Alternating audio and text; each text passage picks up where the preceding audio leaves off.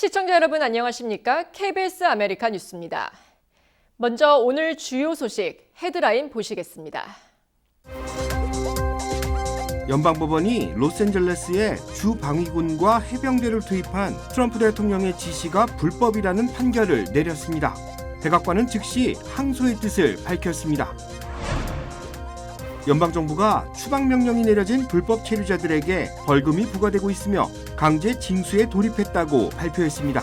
1인당 180만 달러에 달하는 규모입니다. 지난 일요일 손흥민 선수의 홈 데뷔전이 치러졌습니다. 경기장 곳곳에서는 응원전이 펼쳐졌습니다.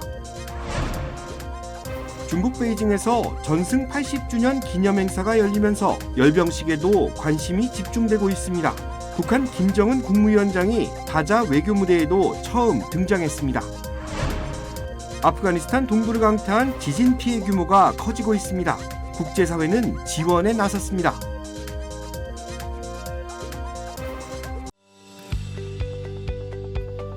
메디케어는 매년 건강보험을 5점 만점으로 평가합니다. 2025년 에스티바 헬스는 캘리포니아에서 4점 이상 받은 우수한 건강보험 중 하나입니다. 에스티바 헬스 가입하셔서 많은 혜택을 누리세요. 자세한 내용은 지금 바로 1888-688-8584로 전화주세요.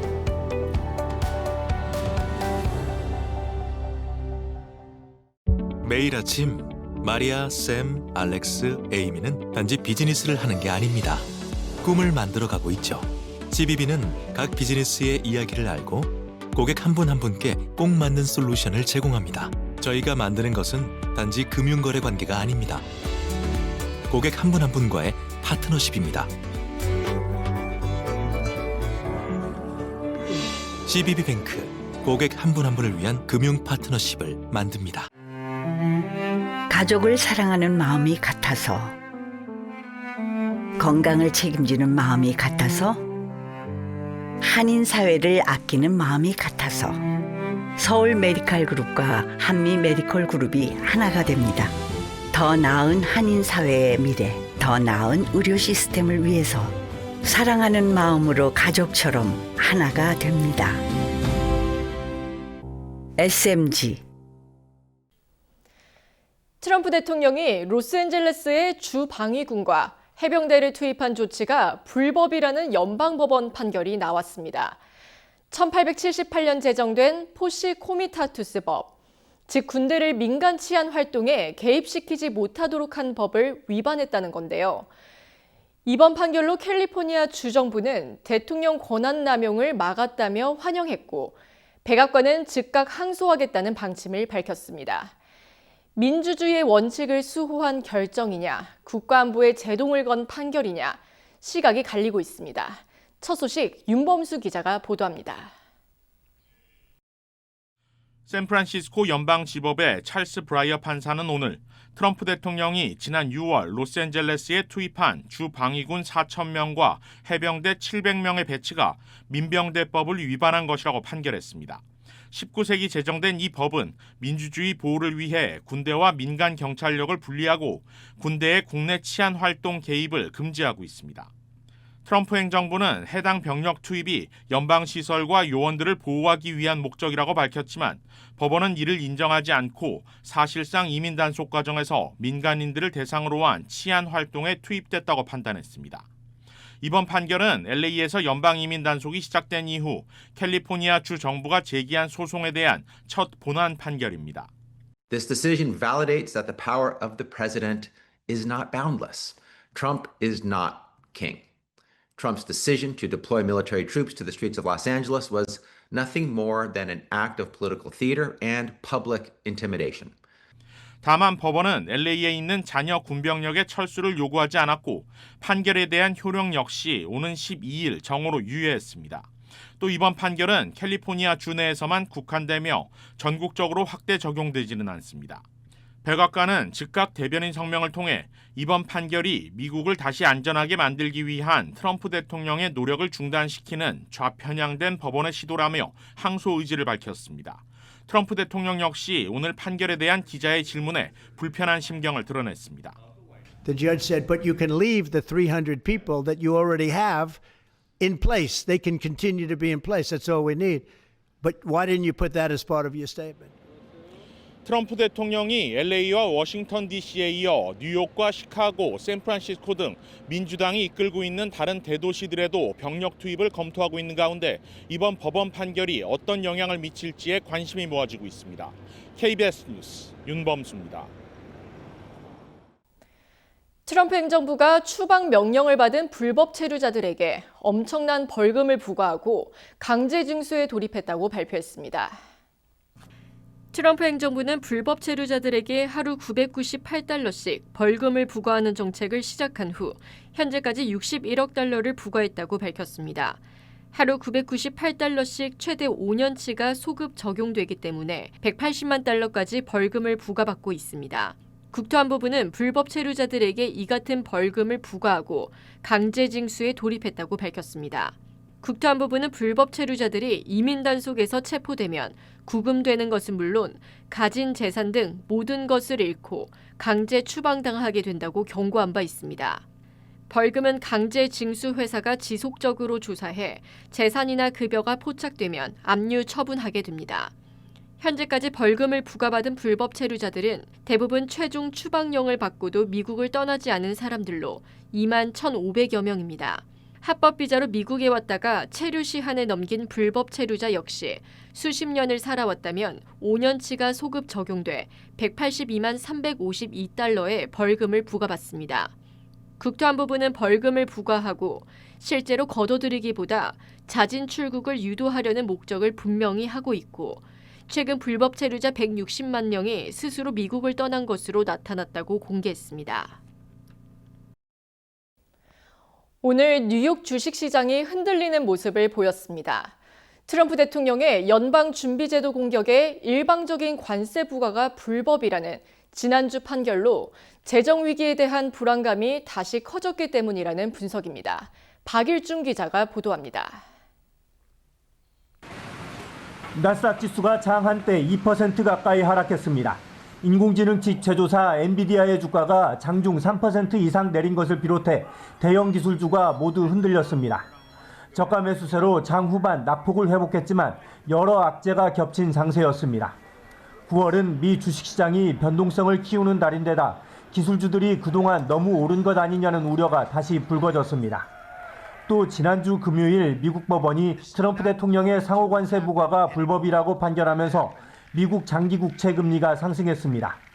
관세 수입을 예상하고 대규모 감세 법안까지 통과시켰는데 관세가 무효화되면 미국 재정 적자 폭이 커지게 되고 국채 발행이 늘어나게 될 거라는 분석 때문입니다. We're going tomorrow and we're going to ask for an expedited ruling because when you look at the stock market's down today, the stock market's down because of that. Because the stock market needs the tariffs, they want the tariffs. 여기에 트럼프 대통령의 미 연방준비제도 흔들기에 대한 불안감도 지속되고 있습니다.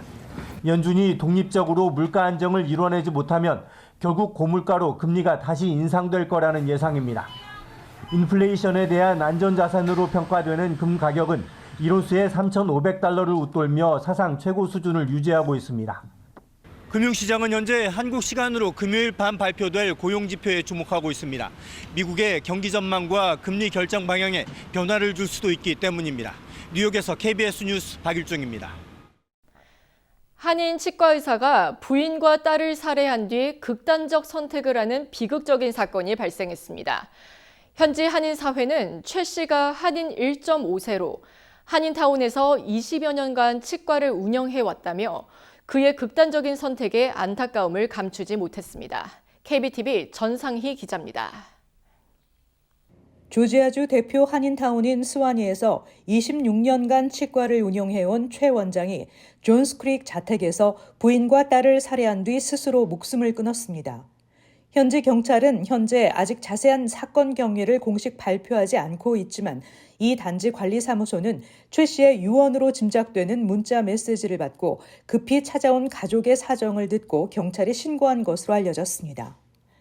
유서에는 힘들다, 미안하다, 혼자 남을 아내와 딸이 안쓰러워 함께 떠난다는 내용이 담겨 있었다고 전했습니다. 최 원장은 스와니 지역에서 1999년 개원한 A치과를 26년간 운영하며 동포사회에서 두터운 신망을 얻어온 인물이었습니다. 환자들에게 성실하게 진료하고 한인 단체 활동에도 활발히 참여해 동포사회의 대표 치과 원장으로 통했습니다. 지인들에 따르면 그는 특히 뒤늦게 얻은 외동딸을 애지중지 키우며 딸 바보 아빠로 불렸다고 합니다. 사건 직전 그는 노동절 연휴 기간 혼자 라스베거스를 다녀왔는데 함께 여행하기로 했던 지인은 원래 9월 1일 귀국하기로 했는데 갑자기 일정을 하루 앞당겨 31일에 돌아왔다고 말했습니다. 그리고 귀가 직후 비극이 벌어진 것입니다.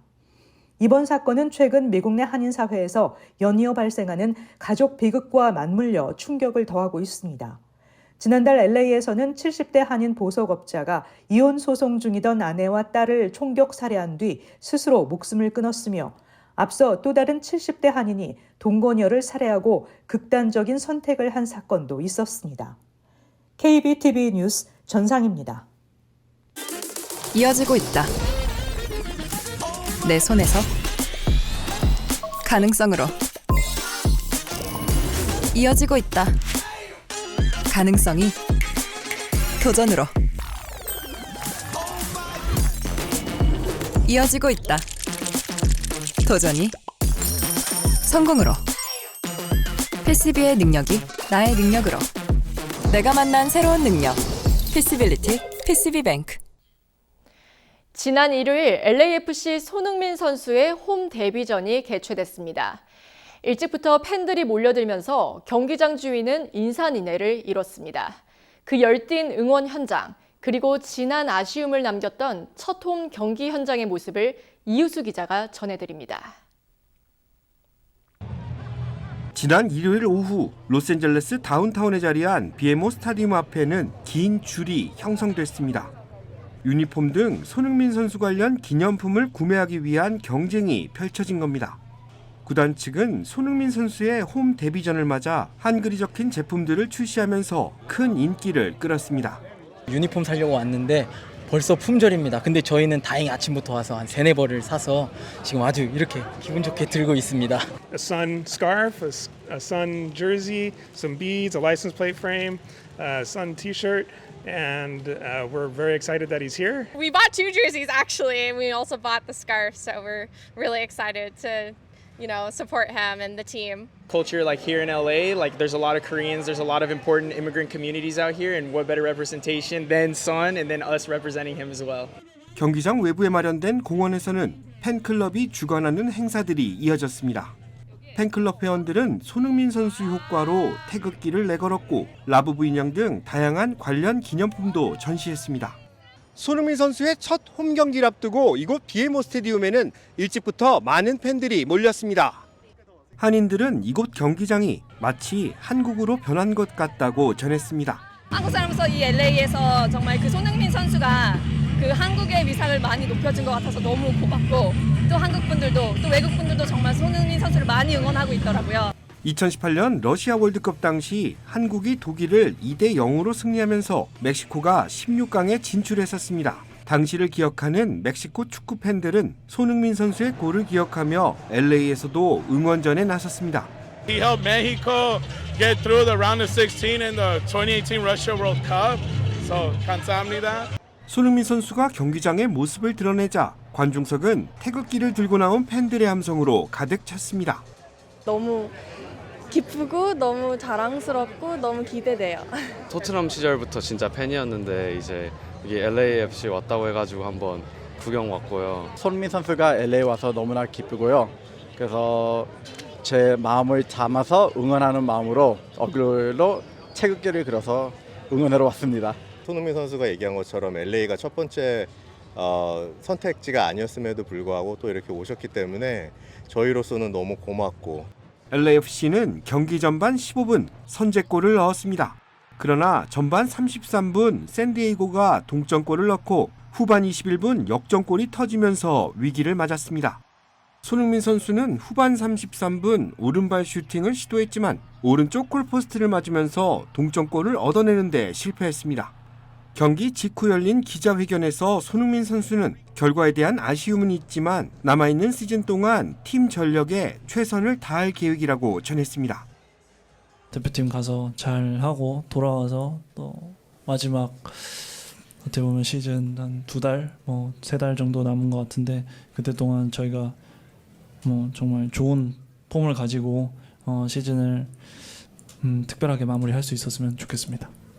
국가대표팀 주장으로 활동하고 있는 손흥민 선수는 오는 일요일 뉴저지에서 열리는 미국과의 평가전에 참여할 예정이며 다음 주에는 내슈빌에서 멕시코와의 평가전을 앞두고 있습니다. 손흥민 선수의 홈 데뷔전은 기대만큼의 결과로 이어지진 않았습니다. 하지만 손흥민 선수는 한인 축구 팬들의 기대에 부합하기 위해 앞으로 지속적인 노력을 기울일 것이라고 강조했습니다.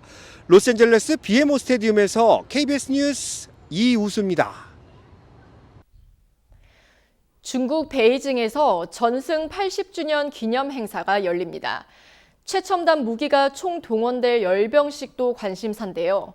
냉전 이후 처음으로 북중러 3국 정상이 한자리에 모이고 특히 북한 김정은 국무위원장이 다자 외교 무대에 처음 등장합니다. 김효신 기자가 보도합니다. 김정은 위원장 전용 열차는 어제 오후 4시쯤 베이징역에 도착했는데요. 베이징역을 둘러싼 3호만 경비 탓에 중국 측 환영 행사는 공개되지 않았지만 왕이 외교부장이 영접을 나갔다고 중국 매체들은 전했습니다. 열차 도착에 앞서 흰색과 붉은색 옷을 맞춰 입은 환영 행사단 수십 명이 베이징 여관으로 진입했습니다. 국정원은 김정은 위원장이 푸틴 러시아 대통령급으로 예우를 받을 것으로 예상했습니다. 북한 인공기를 단 차량 행렬이 베이징 주재 북한 대사관으로 향하는 모습도 포착됐습니다. 시진핑 주석은 그제 막을 내린 경제협의체 상하이 협력기구 연설에서 속내를 내보였는데요. 미국을 겨냥한 듯 진영 대립과 괴롭힘에 반대한다고 했습니다. 중국은 이번 행사를 통해 반서방 세력을 이끄는 힘을 전 세계에 과시할 것으로 보입니다. 세 정상이 천안문 막루에 나란히 입장하는 장면이 이번 기념 행사에서 가장 중요한 장면이 될 거란 전망입니다. 하지만 공식적인 3자 정상회담을 갖기는 어려울 것이라는 분석이 많습니다. 3자 회담이 열릴 경우 북중러 대 한미일 이렇게 신냉전 구도가 중국에 의해서 확고해지는 게 부담일 수 있기 때문입니다. 우리 국정원도 이번엔 북중러 정상회담은 없을 것으로 본다고 어제 국회에 보고했습니다. 천안문 막루에서 우 위원장과 김 위원장의 자리 배치가 거리가 제법 있을 것으로 보이기 때문에 마주칠 가능성이 커 보이진 않습니다. 어제 우 의장은 출국하면서 현장에 가봐야 기회가 있을지 알겠다 이렇게 말했는데요.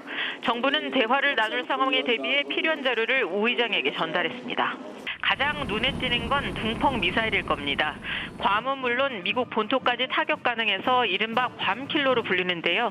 둥펑 미사일의 최신형인 둥펑 26D 모델이 처음 공개될 것으로 예상됩니다. 미국 안보 전문지가 인도 태평양의 세력 균형을 기울어지게 했다고 평가할 만큼 미국 등 서방의 위협적인 무기로 평가됩니다. 중국은 최신 기술에 집약된 신형 무기 공개를 통해 미국의 군사적 우위에도 도전장을 내미는 모양새입니다. 지금까지 베이징에서 전해드렸습니다. 트럼프 대통령이 최근 SNS에서 확산한 건강 이상설을 일축했습니다. 트럼프 대통령은 백악관에서 취재진을 만난 자리에서 관련 질문에 가짜뉴스라고 답했습니다. 그러면서 자신이 지난 주말 매우 왕성하게 활동했다고 강조했습니다. 트럼프 대통령은 바이든은 몇 달 동안 아무것도 안 하고 모습을 드러내지 않아도 아무도 그에게 문제가 있다고 말하지 않았다고 덧붙이기도 했습니다. 앞서 트럼프 대통령은 지난달 27일부터 29일까지 공개 일정이 없었는데 이 때문에 SNS에서는 건강 이상설이 확산했습니다. 아프가니스탄 동부를 강타한 지진 피해 규모가 갈수록 커지고 있습니다. 사상자가 5,000명에 육박하고 있는데 또 강진이 발생해 추가 피해가 우려됩니다. 김계형 기자가 보도합니다. 규모 6.0의 지진이 강타한 아프가니스탄 동부 지역에는 성한 건물이 거의 없습니다. 600여 명이 숨진 쿠나르주에서는 마을 3개가 완전히 파괴됐습니다. 무너진 건물 잔해에서 생존자를 찾기 위한 수색 작업이 이틀째 계속됐습니다. 하지만 시간이 지날수록 숨진 채 발견되는 실종자가 늘고 있습니다. 아프간 당국이 집계한 사망자는 1,400여 명, 부상자는 3,100명을 넘었습니다. 주택도 5,400여 채가 파손됐습니다.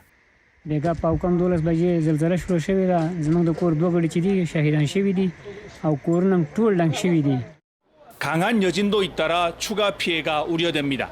어제 오후 5시쯤 첫 지진 진원지 인근에서 규모 5.2의 지진이 또 발생했다고 미국 지질조사국이 밝혔습니다. 탈레반 정권은 우리 돈 2억 원을 지진 복구비로 배정하고 예산을 추가 투입할 예정입니다. 이번 지진 피해가 감당하기 어려운 규모라며 국제사회에 지원을 호소했습니다. 유엔 등 국제기구는 현지 사정이 열악해 구호물자 전달에 어려움을 겪고 있으며 추가 지원이 절실하다고 밝혔습니다. He called for additional resources to be urgently dispatched to respond to the tragedy and crisis at hand. 영국은 자금 18억 원을 긴급 지원하고 아랍에미리트와 인도는 텐트와 식량을 전달했습니다. 중국도 지원 의사를 밝혔습니다. 두바이에서 KBS 뉴스 김계영입니다. 지난 1일 진행된 파워볼 추첨에서 당첨자가 또 나오지 않았습니다.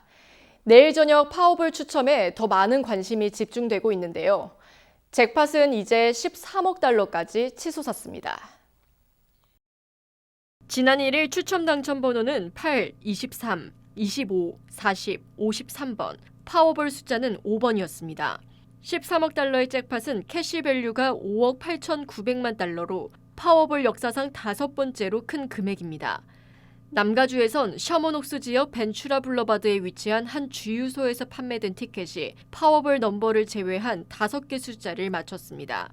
이 복권 소지자는 당첨금 137만 8,451달러를 받게 됩니다. 한편 복권 판매 수익금 일부는 캘리포니아 공립학교 지원에 사용되며 1985년 이후 복권 기금은 460억 달러 이상을 공교육 발전에 기여했습니다. 미주 한인상공회의소 총연합회가 라스베이거스에 모여 한인경제의 미래 논의와 협력 강화를 다짐했습니다. 이번 총회는 지역 상공회의소 활성화와 차세대 리더 육성, 한미 경제협력 강화 방안을 집중 모색했습니다. 미주 한인상공회의소 총연합회 황병구 총회장은 지난 8월 29일부터 30일까지 라스베이거스 골드코스트 호텔에서 임원과 지역 회장들이 참석한 가운데 44차 임시총회와 71차 이사회, 또 워크숍을 개최했다고 밝혔습니다. 특히 총연합회는 한국중소기업중앙회와 미국 시장 진출 지원을 위한 MOU를 체결했습니다. 황 총회장은 미주 한인상의 총연합회는 앞으로도 한국 중소기업의 미국 진출을 돕는 전시회 준비에도 적극 나설 계획이라고 밝혔습니다.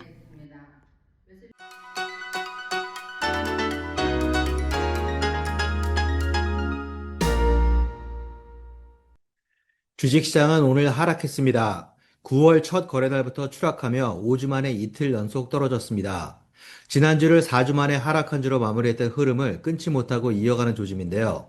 특히 매그니피센트 세븐은 2주 만에 전 종목이 모두 떨어졌고 이 가운데 엔비디아는 4일 연속 약세를 보이며 6주 최저치로 밀렸습니다. 흔치 않은 장면인데요. 또한 공포지수인 빅스는 5주 최고치로 올랐습니다. 지난 금요일 연방항소법원이 트럼프 행정부의 관세 대부분을 불법이라고 판결하면서 불확실성이 커졌고 이는 일단 팔고 보자라는 패닉셀링으로 이어진 건데요. 이번 주 줄줄이 발표되는 구인 이직 보고서, ADP 민간 고용, 그리고 비농업 부분 취업자 수는 모두 투자 심리를 크게 흔들 수 있습니다. 그만큼 장의 출렁임이 확대될 전망인데요. 게다가 9월은 통상적으로 1년 중 최악의 달로 꼽히는 만큼 투자자들의 경계심은 한층 더 커지고 있습니다. S&P 500의 최근 5년간 9월 평균 낙폭은 4.2%에 달했습니다. 지금까지 김재한이었습니다.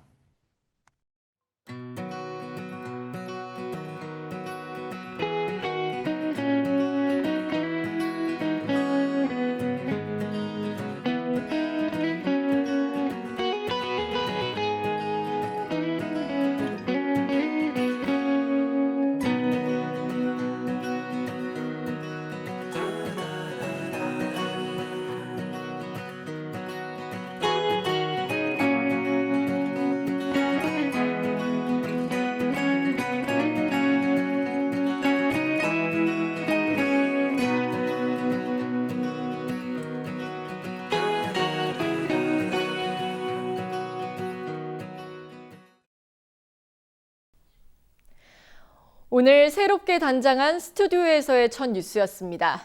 앞으로도 더 생생하고 깊이 있는 뉴스로 시청자 여러분께 다가가겠습니다.